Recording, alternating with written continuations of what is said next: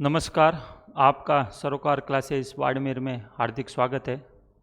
आज हम एक करंट के मुद्दे पर चर्चा करेंगे, जिस संबंध में विभिन्न प्रकार के मल्टीमीडिया, प्रिंट मीडिया में जो चर्चाएं पिछले 3-4 दिनों से हो रही है, महिला आरक्षण विधेयक के संबंध में कि किस प्रकार सरकार महिलाओं के आरक्षण के संबंध में, महिलाओं के सशक्ति के संदर्भ में काम करना चाह रही है, और जो वर्तमान में परिसीमन से संबंधित जो विधेयक प्रस्तुत किया गया था उसी के संबंध में चर्चा करेंगे।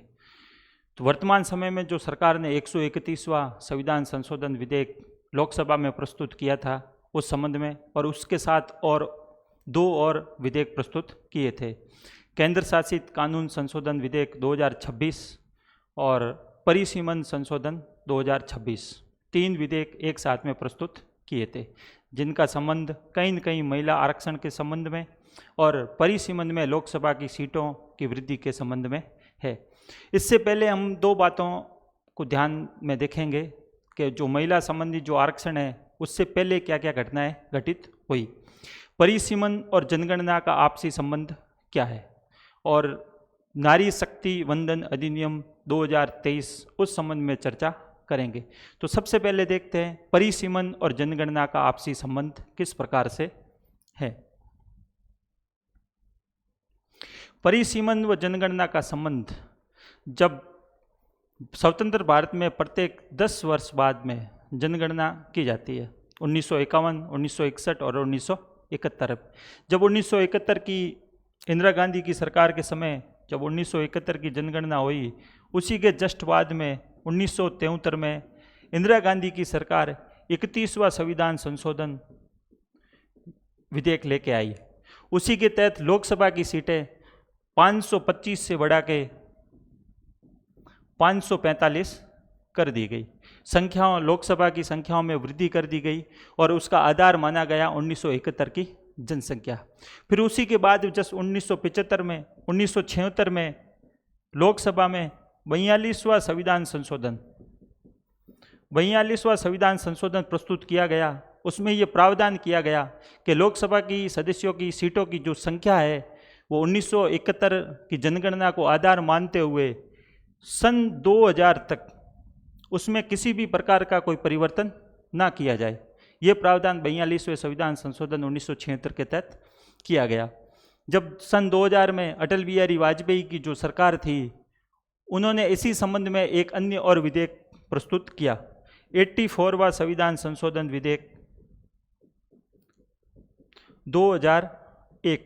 उसमें ये उन्होंने प्रावधान किया कि लोकसभा की सीटों की जो संख्या है वो 1971 की जनगणना को आधार मानते हुए सन 2026 तक उसमें किसी भी प्रकार का कोई परिवर्तन ना किया जाए। ये परिवर्तन 1973 से लेकर सन 2001 तक कंटिन्यू चला आ रहा है। तो वर्तमान में जो अभी लोकसभा की जो सीटें हैं 545, उसमें से जो 2 एंग्लो इंडियन है उसकी सीटों को कम कर दिया जाए तो 543 सीटें वर्तमान में लोकसभा में है। तो वर्तमान की जो सरकार ये चाह रही है कि परिसीमन के द्वारा लोकसभा की सीटों की संख्या में वृद्धि की जाए। वर्तमान में जो लोकसभा की सीटें हैं उनका आधार, जनसंख्या का जो आधार है वो वर्ष 1971 की जनसंख्या का आधार है। एक पॉइंट तो ये जनसंख्या और परिसीमन का आपसी संबंध। फिर अगला पॉइंट अपन देखते हैं,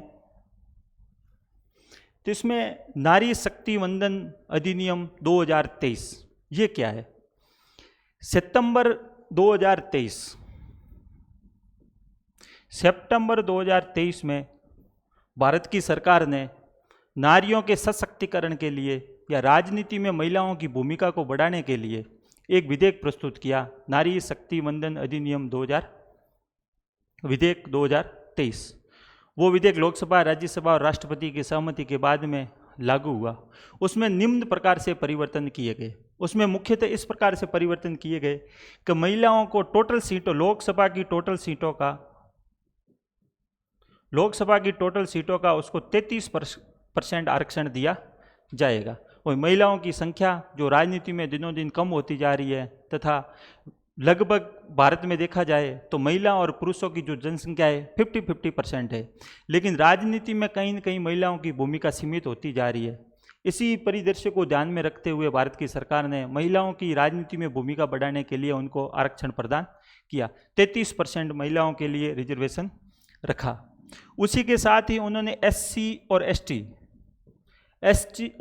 एसटी के लिए इसी 33% में से 1/3 सीटें रिजर्व रखी।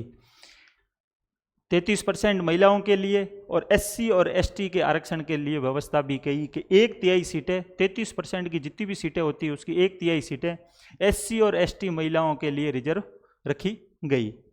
इसी के संदर्भ में ध्यान, ये व्यवस्था 15 वर्ष के लिए लागू की गई। 15 वर्ष के बाद अगर संसद चाहे तो इनके आरक्षण में, महिला के आरक्षण में वृद्धि कर सकती है। और मुख्यतः परिवर्तन किया गया संविधान के अनुच्छेद 334A उसमें जोड़ा गया। उसमें 334A में ये कहा गया कि आगामी जनगणना, उसमें 2 पॉइंट है, आगामी जनगणना के बाद जो परिसीमन होगा, आगामी जनगणना के बाद जो परिसीमन होगा उसमें महिलाओं का आरक्षण लागू किया जाएगा। जनगणना 2021 में होनी थी, लेकिन किसी कारणवश कोविड की वजह से 2021 में जनगणना हो नहीं पाई। वर्तमान में सरकार ने जनगणना आयोजित की, जनगणना शुरू की है। तो कहीं न कहीं सरकार को ये लगा कि जनगणना, परिसीमन के लिए जनगणना की आवश्यकता है, क्योंकि 84वें संविधान संशोधन 2001 के तहत ये घोषणा की गई थी कि 2026 के बाद में जो भी जनगणना की जाएगी उसी के आधार पर लोकसभा की सीटें बढ़ी जाएगी। नारी शक्ति वंदन अधिनियम में ये मुख्यतः प्रावधान किए गए, जो कि वर्तमान समय में स्पष्ट रूप से लागू है, लेकिन निष्प्रभावी है, अभी तक प्रभावी नहीं हुआ। प्रभावी तभी होगा जब जनगणना कंप्लीट होने के बाद में जो परिसीमन किया जाएगा उस परिसीमन की संख्याओं में नारी शक्ति वंदन अधिनियम प्रभावी होगा। तो वर्तमान समय में ये क्या,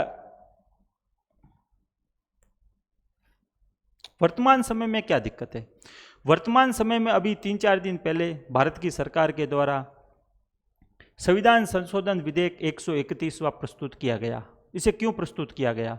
इसे इसलिए प्रस्तुत किया गया कि सरकार को कहीं न कहीं ये लगता है कि जनगणना और परिसीमन में विलंब हो सकता है, क्योंकि अगले चुनाव 2029 में आयोजित किए जाएंगे। तो 2029 से पहले जनगणना और परिसीमन का काम महत्वपूर्ण है। तो महिला के संबंध में जो 234A में जो प्रावधान किए गए कि अभी वर्तमान में जनगणना और परिसीमन के बाद में ही उन महिलाओं को 33% आरक्षण प्रदान किया जाएगा। तो सरकार को इस नारी शक्ति वंदन अधिनियम 2023 को जल्द क्रियान्वयन के लिए इस विधेयक को लेके आई। इस विधेयक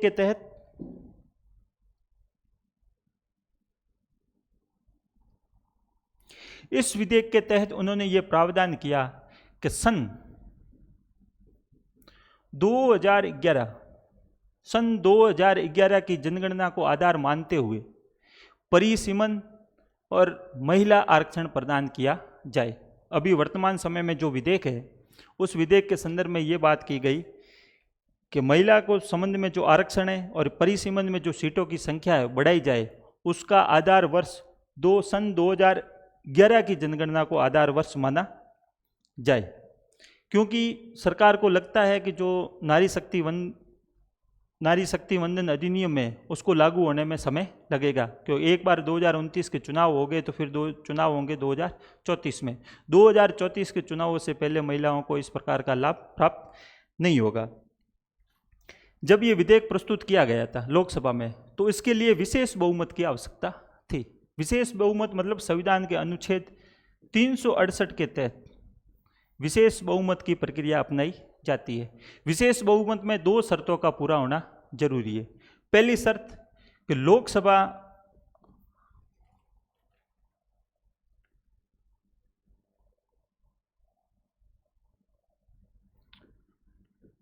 लोकसभा के सदस्यों की जो संख्या है उसका बहुमत होना जरूरी है। मतलब लोकसभा के सदस्यों की संख्या वर्तमान समय में 543 है, तो उसका बहुमत मतलब 272 प्लस वोट पक्ष में आने जरूरी है। पहली शर्त तो ये पूरी होनी चाहिए। दूसरी शर्त ये है कि उस समय उपस्थित और मतदान करने वालों, उपस्थित और मतदान करने वालों की 2/3 बहुमत होना जरूरी है। तो उस समय जब ये विधेयक बिल 131वां बिल संविधान संशोधन विधेयक प्रस्तुत किया गया था, तो उस समय लोकसभा में सदस्य संख्या थी 528 सांसद मौजूद थे। पहली शर्त 272 प्लस वोट होने चाहिए। दूसरी शर्त 528 मतलब जो उपस्थित और मतदान करने वालों का 2/3 बहुमत। तो उस समय उपस्थित थे 528, तो इनका अगर 2/3 बहुमत करे तो 352 वोट अगर इस बिल के पक्ष में पड़ते तो ये लोकसभा से पारित माना जाता। लेकिन उस समय सरकार के माध्यम या सरकार की सहयोगी पार्टियों के द्वारा 352 की जगह इस विधेयक के पक्ष में 298 वोट पड़े, जो कि बहुमत से 54 वोट कम थे। कम वोट होने की वजह से, 2/3 बहुमत प्राप्त न करने की वजह से संविधान संशोधन विधेयक 131 पारित लोकसभा से नहीं हो पाया। जबकि नारी शक्ति वंदन अधिनियम 2023 जो सितंबर 2023 में पारित हुआ था, वो वर्तमान समय में आज भी स्थिर है, उसमें किसी भी प्रकार का कोई परिवर्तन नहीं हुआ। नारी शक्ति वंदन अधिनियम को जल्द क्रियान्वयन करने के लिए इस विधेयक को लाया गया, जो कि पारित नहीं हो पाया। इसके साथ में दो और थे, केंद्र शासित प्रदेश कानून संशोधन विधेयक 2026 और परिसीमन विधेयक 2026। इसके साथ इन दोनों को भी विड्रॉ करना, सरकार के द्वारा विड्रॉ करना पड़ा। फिर पॉइंट आता है कि ये विधेयक लोकसभा से पारित क्यों नहीं हो पाया, इसके पीछे क्या कारण हो सकता है। तो विपक्ष के द्वारा ये तर्क दिया गया कि कहीं न कहीं महिलाओं को 33% आरक्षण दिया, ठीक है। SC और ST की महिलाओं के लिए 1/3 सीटें रिजर्व की, ठीक है। लेकिन OBC अन्य पिछड़ा वर्ग की महिलाओं के लिए किसी भी प्रकार का प्रावधान इस विधेयक में नहीं किया गया। उनका पहला पॉइंट था ये। दूसरा पॉइंट, जो दक्षिणी भारतीय राज्य है, उनकी तरफ से इसका विरोध किया गया, क्योंकि इसमें सीटों की जो संख्या का बढ़ोतरी का जो फॉर्मूला रखा गया था, उसमें जनसंख्या 2011 को आधार वर्ष माना गया था। लेकिन जब हम भारत की तुलना करें उत्तरी राज्य और दक्षिणी राज्यों की, तो उत्तरी राज्यों की कहीं न कहीं जनसंख्या ज़्यादा है और दक्षिणी राज्यों की जनसंख्या कम है, क्योंकि दक्षिणी क्षेत्र के राज्यों ने जनसंख्या नियंत्रण पे काम किया, उनकी जनसंख्या को कंट्रोल में रखा उत्तरी भारतीय राज्यों की तुलना में। तो उनका कहीं न कहीं आरोप है कि हमने एक तो अच्छा काम किया, जनसंख्या में वृद्धि नहीं की, जनसंख्या को नियंत्रण में रखा, लेकिन राजनीति के प्रतिनिधित्व में हमारी भागीदारी कम होती जा रही है। जबकि दक्षिणी भारतीय राज्यों का ये भी कहना है कि आर्थिक रूप से सबसे ज़्यादा जो भारत सरकार को रेवेन्यू दिया जाता है, वो दक्षिणी भारत के राज्यों की तरफ से दिया जाता है। तो कहीं न कहीं ये लगता है कि सरकार दक्षिणी राज्य के क्षेत्रीय दलों, विभिन्न पार्टियों और विपक्ष का जो विश्वास है वो हासिल नहीं कर पाई। इसी वजह से संविधान संशोधन विधेयक 131 लोकसभा से पारित न हो पाया। लेकिन परिसीमन, जनगणना के बाद परिसीमन लागू होने के बाद नारी शक्ति वंदन अधिनियम 2023 स्वतः लागू हो जाएगा, जो महिलाओं के 33% आरक्षण, SC ST के 1/3 आरक्षण और उनको 15 वर्ष तक आरक्षण प्रदान करता है। धन्यवाद।